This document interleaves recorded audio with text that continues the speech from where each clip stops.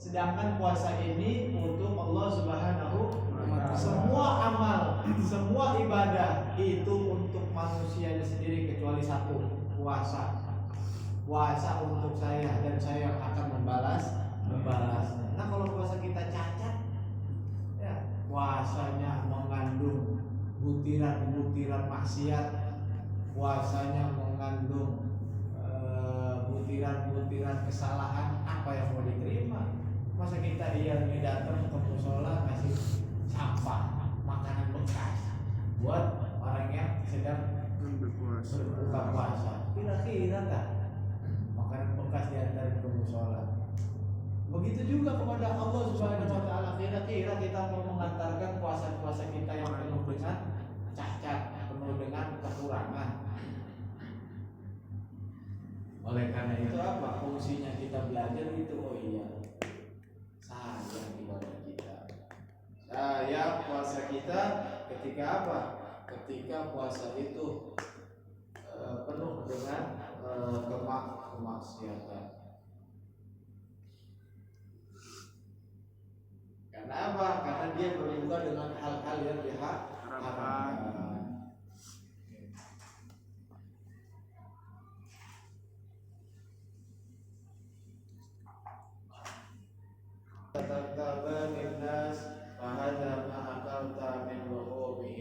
Itulah yang dikatakan kalau orang gibah, antuhibu antakula lahma akhihi fakarihtumu. Apakah kita mau makan daging saudara kita sendiri? Fakarihtumu, padahal kita gak suka. Jadi kata Allah buat orang-orang yang tukang gibah, besok di hari kiamat dikasihin makanan daging saudaranya diomongin. Umpama saya diomongin, di daging saya besok dikasih sama orang yang diomongin, makan itu dari Ibrahim. Orang itu fakari itu gak ada yang mau.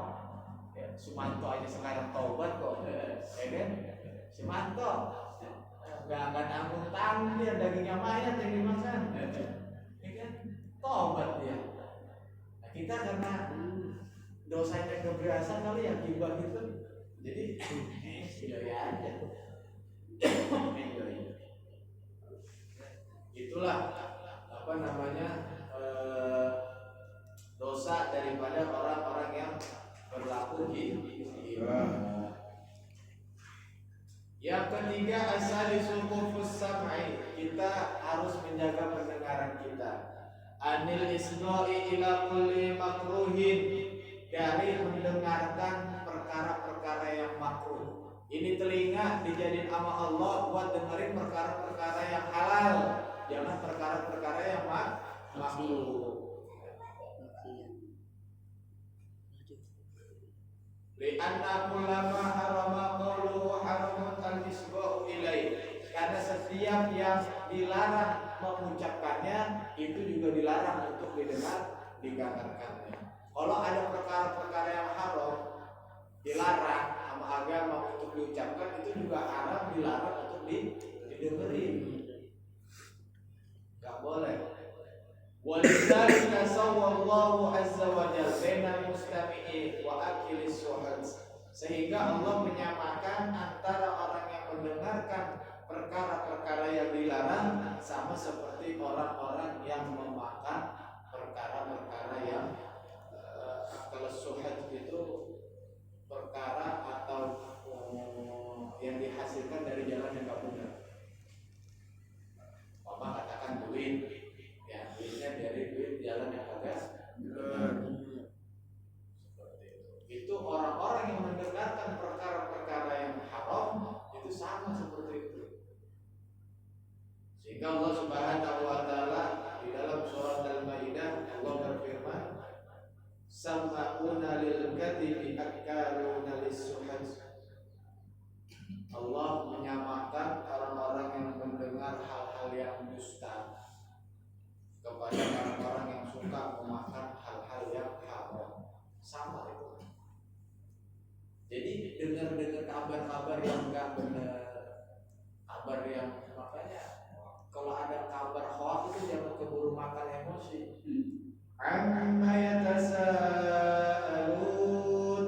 'anil naba'il 'azim, اليقين الذي هم فيه مختلفون كلا سيعلمون ثم كلا سيعلمون.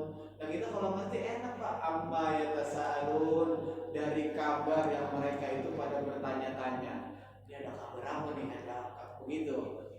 Kalau kita artikan secara bahasa kita, Anin nabahil azim, tentang kabar yang sangat besar. Ada ilmu apa ini? Ya, ada ilmu kumpul-kumpul. Ya. Alladzi hum fihi mukhtalifun, yang mana di dalam kabar tersebut, informasi tersebut orang itu masih simpang siur. Ya, masih bertanya-tanya tentang kejelasannya. Kita nyampe ke telinga kita sampaikan lagi. Yang ini kita nyampein lagi terus itu kabar. Makanya kabar kalau dari lisan jauh lebih cepat. Iya. Bahkan Allah juga Ta'ala berfirman, ya idza ja'akum fasiqun binaba'in fatabayyanu. Kalau datang kepada kita tukang ngomong orangnya fasik, agak pernah sembahyang, puasa agak mau, datang bawa informasi.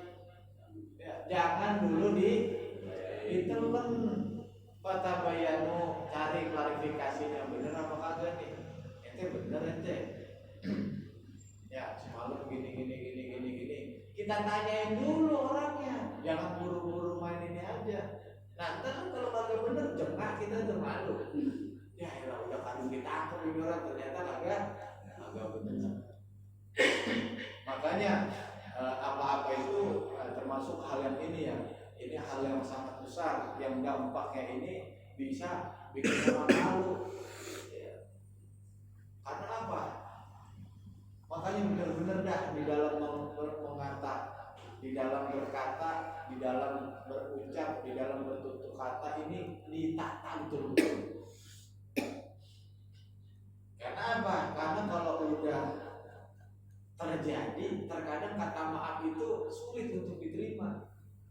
Saya ngomong nih salah, ya, minta maaf, susah orang buat menerima maaf tersebut. Makanya kata Imam Syafi'i di dalam syair beliau, berpikirlah terlebih dahulu sebelum kalian berkata.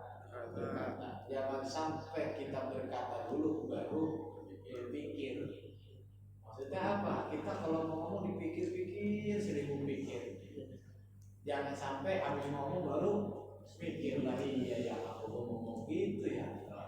Iya, harusnya aku jangan ngomong gitu, harusnya ini yang saya omongin. Itu kata Imam Syafi'i begitu tuh. Karena apa? Dampaknya itu tadi, kalau sudah terjadi, terkadang kata maaf itu sulit untuk diterima. Beda kalau orang yang hatinya wasi'us shadr, hatinya memang ikhlas, hatinya penuh dengan kata maaf. Tapi kalau orang yang ngambek kan, wah semuanya diambek ntar. Segala musola kan diambek, musola lagi salah ngapa-ngapa, dia kagak mau pindah musola lagi. Kagak mau nongkrong lagi, udah. Jadi kalau ada orang yang bersangkutan, aduh, kalau kepapasan nih demi nyari jalan yang lain dah, ada orang yang kayak begitu. Makanya hati-hati siapa yang kita omongin, ya dia tukangnya ngambekan apa enggak. Kalau ngambekan kita sambil ceng-cengan aja, yang di bawah serius. Tapi kalau orang itu sifatnya senang diintrospeksi, senang dikritik, ya senang ya kritik yang benar, tapi dia kritik yang membangun, ya ini harusnya jangan kayak begini, ini harusnya marhaba, selamat datang, disambut dengan baik, gitu. Jadi bertanya langsung, ini kagak belum nanya langsung, udah keburu ini. Ya. Emangnya kalau orang lama di pondok suruh apa Al-Quran gitu. Ya. Jadi di hari minggu ini unik mengkritik.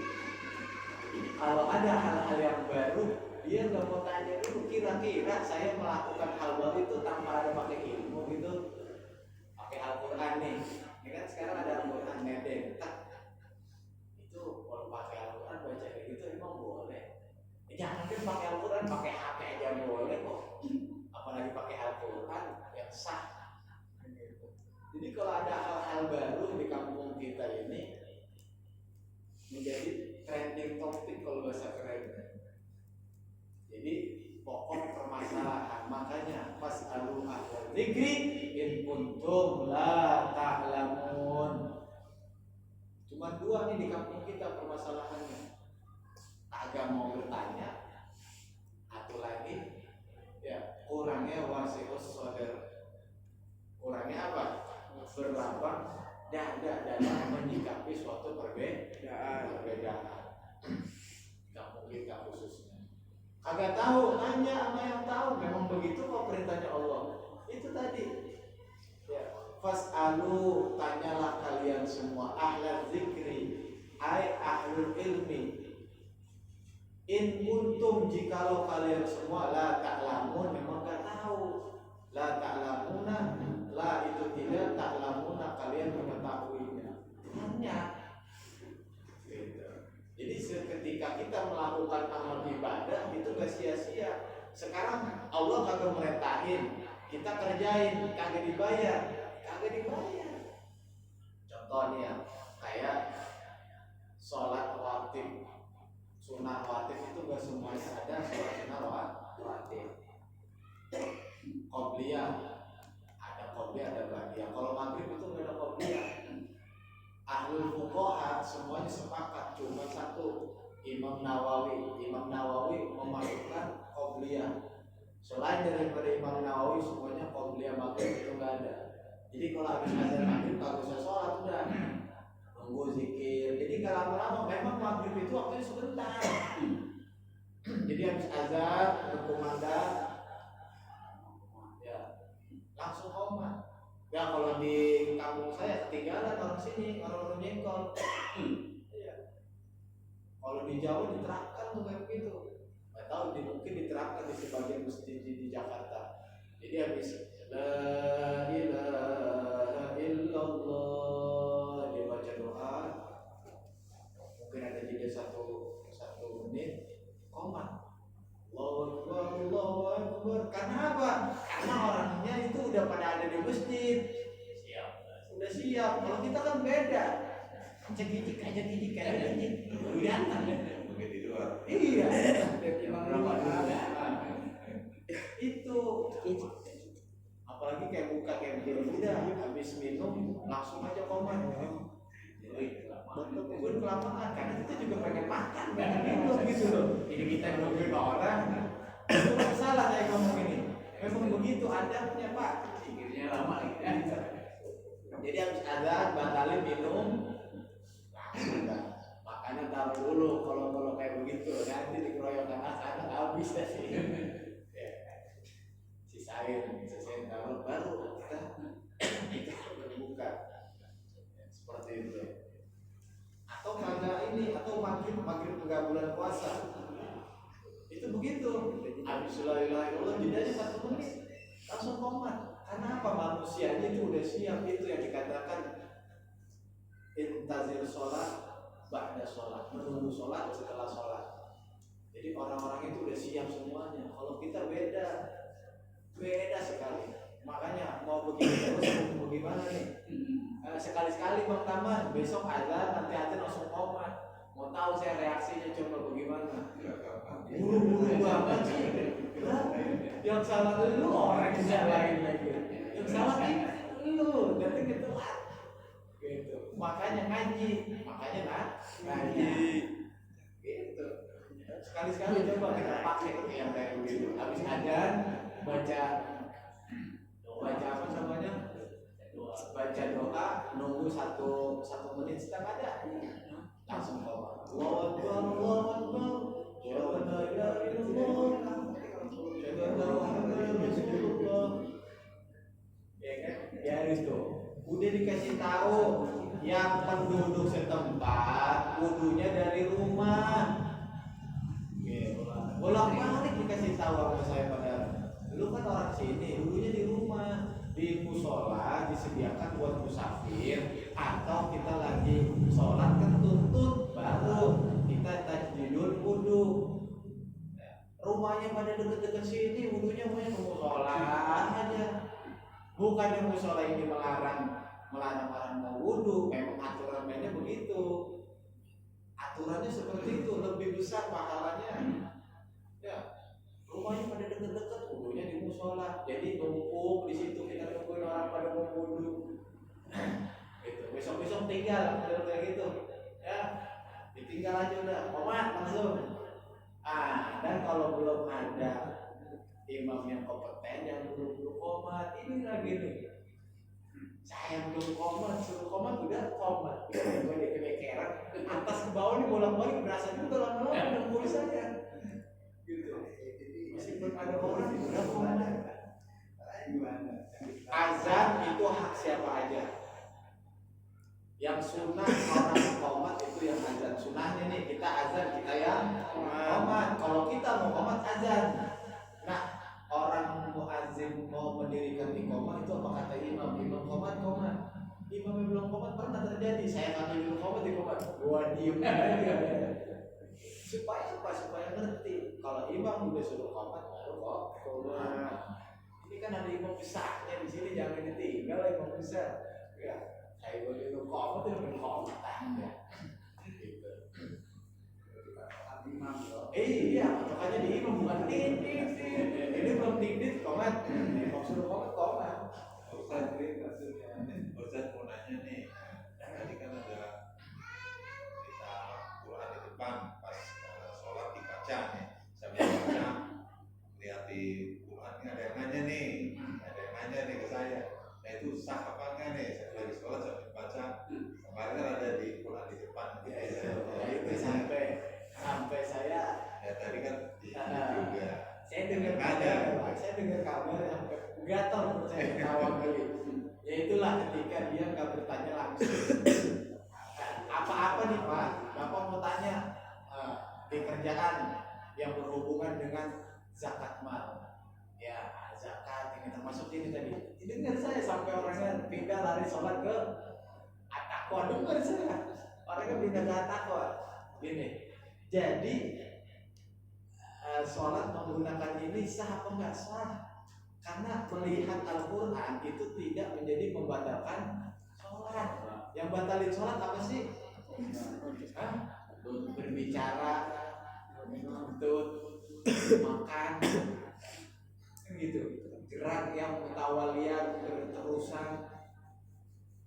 Baca ini enggak batal. Orang Qurannya diem aja kok di situ, cuma mata saya melihat. Alif lam mim zalikal kitabul la raiba fihi.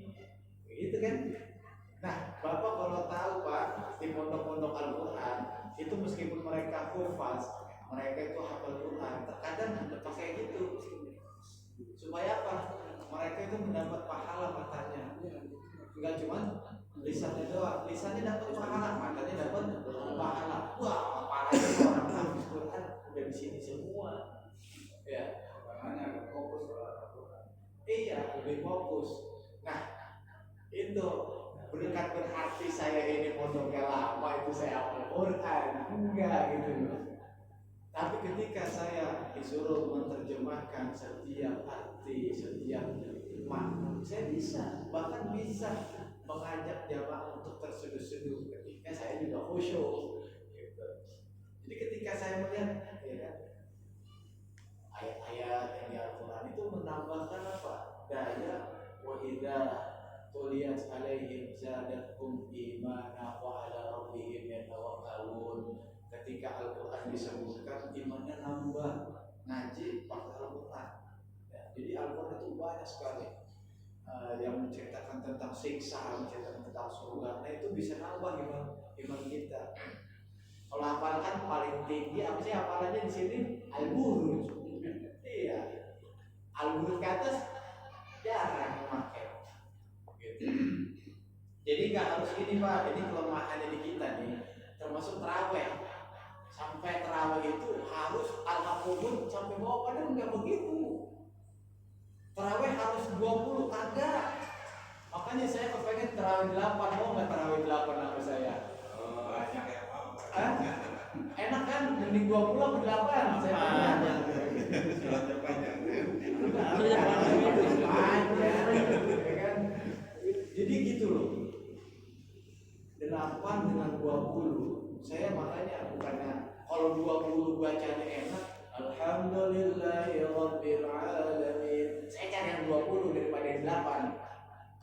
8 lama, memang lama.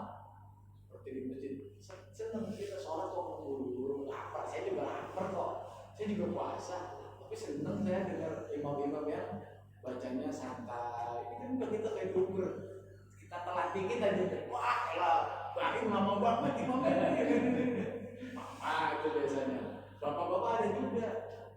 Maksudnya gini, kita harus cerdas Pak. Taraweh 20 atau 8 itu bukan soal, bukan wah lu 8 Muhammadiyah. Sejak kapan Nabi itu jadi orang NU sama jadi orang Muhammadiyah? 8 itu namanya qiyamul lail, qiyam Ramadan. Namanya qiyam Ramadan. Bahkan enggak usah harus 8, 2 juga sah kok. Ya, man qama Ramadana imanan wa ihtisaban ghufira lahu ma taqaddama min dzambi. Siapa orang yang mendirikan ibadah ya di bulan Ramadan diampuni dosanya. Nah, dari hadis ini adalah qiyam Ramadan, ada salat tarawih. Tarawih itu artinya apa sih, Pak? Santai. Santai. Ya. Orang kita banyak yang enggak ngerti artinya tarawih. Tarawih itu dari kata rawaha yurawihu tarwihan. Santai sholatnya. Orang tolin,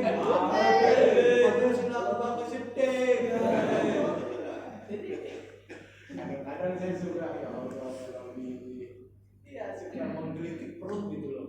Ternyata kita ibadah ini cuma karena keturunan ikutan.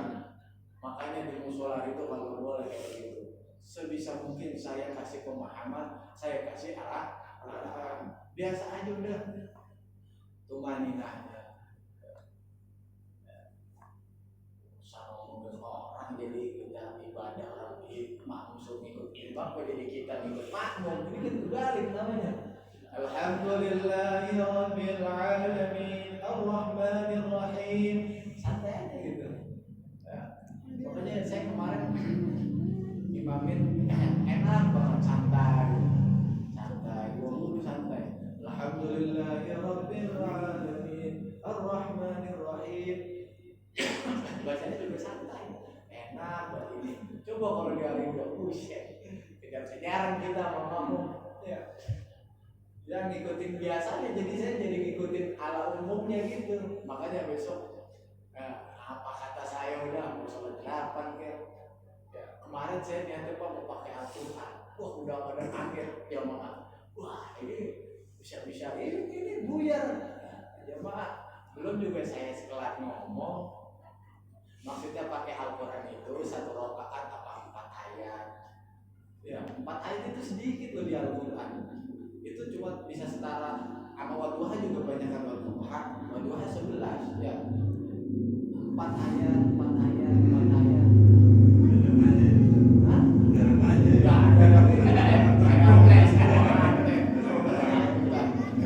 Ya Allah ya. Itu Pak. Makanya kemudian itu tetap harus dibiasakan. Jadi hal-hal yang baru itu bukan baru sebenarnya, sudah ada mulai dulu. Cuman kitanya yang ketinggalan ini. Di musola hari ini ketinggalan banget. Iya. Di mana-mana tuh terawih 1 juz. Ya, di Temboro semalaman 1 Quran. Ya. Nah itu dia puasa juga Pak, agak sibuk mau makan, ya mau kerja, emang saya suruh ngikutin sampai awal dari akhir, kan gitu. Orang-orang salahnya gini, bukan berarti terawih itu kita kerja, kita punya kerja di masuk malam nih, suruh ngikutin terawih sampai akhir, enggak begitu. Kita bisanya berapa rakaat? 4, ya udah 4 terus kerja. Yang penting kata Nabi, jangan sampai malam Ramadan kagak ibadah sama sekali. Itu maksudnya. Jadi sekali-sekali, ntar saya malam berapa malam 11, saya mau coba pakai 8. Witirnya yang 3 sekaligus. Aslinya Pak, pribadi saya sendiri, saya lebih cenderung witir yang 3 1 salam. Sama-sama benar, cuman lebih konkret hadisnya 3 1 salam. Seperti itu. Tapi kalau di sini umumnya subuhnya 21 benar ada juga. Makanya usolli sunatan minal witri. Ya, minal minnya itu jadi kalau bahasa nahunya min tabaidiyah, duanya itu termasuk dari yang satu, jadi 3 gitu. Jadi harus ada minnya tuh. Ya, yang ngomong bilangnya sallu sunatan minal witri raka'ataini rahimakumullah, ada minnya. Kalau kagak ada minnya bukan yang 2 itu bukan witir. Minal witri. Ya, termasuk daripada witir, 2-nya jadi termasuk. Tapi kalau dibanding dengan yang 3 rakaat 1 salam, yang buatan yang 3 rakaat 1 salam, kan belum pernah dengar dan belum pernah dipraktekin. Pernah dipraktekin di sini? Mulu sekali jamaah. Ini nanti saya kunut Ramadan agak panjang, agak pakai Allahumma inna faman hadait. Iya. Dulu gitu ada almarhum Ibu Haji Mim itu pasti kalau witir saya gitu. Itu witir tuh si Ibrahim. Iya. Karena memang witirnya panjang ya orang. Iya. Doa witir saya kalau witir Ramadan panjang. Nah, bukan kunut subuh yang dipakai. Yang masuk cuman ada beberapa doa-doa yang dianjurkan diperbanyak di bulan atau malam-malam Ramadan. Ya, jadi orang yang suka mendengarkan berita hoax itu sama dosanya sama orang-orang yang makan rezeki Allah dari jalan yang kagak benar. Wa qala azza wa jalla laula yanhahumur rabbaniyuna wal ahbaru an qawlihimul ithma wa aqlimuhus suhud. Allah Subhanahu wa taala berfirman, laula yanhahum, kenapa mereka tidak dilarang? Kenapa mereka tidak dicegah? Ar-rabbaniyuna. Jadi ini khitabnya ini tidak hanya kepada orang-orang di luar Islam. Ini ayat ini sama memang, tapi teksnya untuk mereka. Kenapa sih ulama-ulama ar-rabbaniyun? Ya, rohib itu ulamanya kaum Nasrani, wal ahbar sama pemuka-pemuka agama. Kenapa mereka tidak mau melarang kepada setiap jamaahnya, kepada setiap masyarakatnya, an qaulihimul ithma, untuk tidak berkata yang menimbulkan dosa? Karena ulamanya sendiri ngelakuin, makanya gimana mau melarang?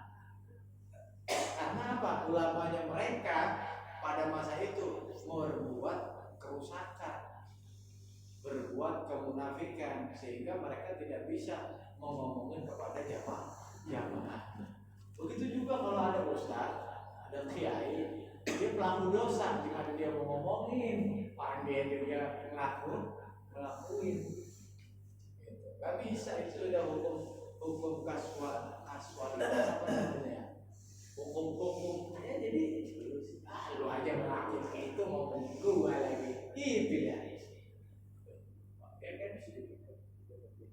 Lu aja sama lu ngomong. Ini yang menjadi apa? Yang menjadi barometer di masyarakat. Padahal kalau ada kebaikan, meskipun itu keluar dari mulut orang yang jahat, pakai. Terkadang kita bilang, ya lalu siapa lu ngomongin gua, bebek gitu. Sehingga apa? Nilai-nilai kebaikan tidak bisa diterapkan dalam kehidupan mereka. Wa aklimus suhud, dan makanan-makanan yang dilarang cara-caranya. Kenapa mereka rohib-rohib, ulama-ulama, ustaz-ustaz, kiai-kiai tidak mengatakan kepada mereka untuk tidak berlaku omongan-omongan dusta, ya, omongan-omongan yang bisa memecah belah, omongan-omongan yang mengadu domba, karena mereka sendiri begitu. Sehingga nggak bisa. Kaburamakkan fitullah alladzina yaquluna wa la taf'alun. Dosa besar di hadapan Allah besok kita ngomong tapi kita gagal ngerjain.